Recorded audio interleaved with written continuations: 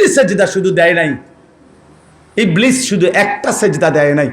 আল্লাহ বলছে ওয়া ইন্না আলাইকা লানাতা ইলা ইয়াউমিদ্দিন, নাফরমান কিয়ামত পর্যন্ত তোর উপরে আল্লাহর লানত। একটি সেজদা দেয় নাই শুধু। আজকের ফজরের নামাজ যে পড়ো নাই 4টা সেজদা ছুটে গেছে, আর 4 রাকাতে 8টা সেজদা।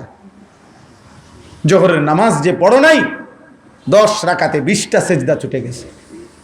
আসরের নামাজে যে পড়ো নাই তো শুধু ফরজের 4 রাকাতে 8টা সেজদা ছুটে গেছে।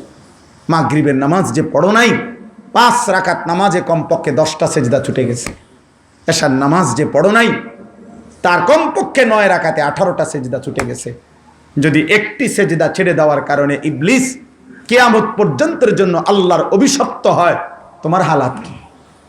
এই বেনামাজি, তোমার হালাত কি? নাফরমান, আবারও বলছি, শেষ কথা আবারও বললাম, যদি মনে করো, যদি কেউ ভাবেন ভাত তো খাই, ঘুম তো যাই, পেশাব পায়খানা তো করি, গদ্দুয়ার তো আছে, আরে না, খাদ্য পানীয় খাবার, পেশাব পায়খানা ঘুম, এটি কুত্তাও যায়, কুত্তাও যায়, কুত্তাও যায়। খাবার কুত্তাও খায়, খাবার জানোয়ারও খায়, দুনিয়ার জানোয়ারও ভোগ করে।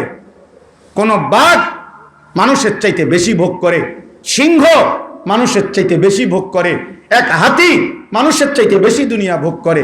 একদিনে প্রাণীবিদ্যা গবেষকদের কথা হলো একটি হাতি একদিনে 250 কেজি খাবার খায়, 90 লিটার পানি পান করে। এটি হেগকথ, গবেষকদের কথা।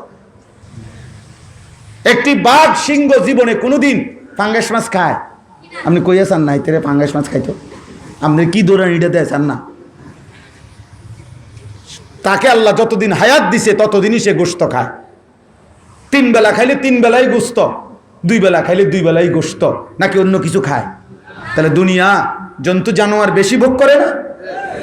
তাহলে ऐसे रहे या वैसे रहे, वहां देखना फिर कैसे रहे।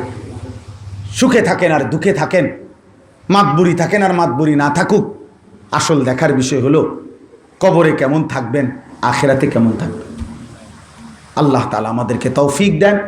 আজকের এই মোবারক মাহফিল আল্লাহ তাআলা কবুল করেন, আমিন।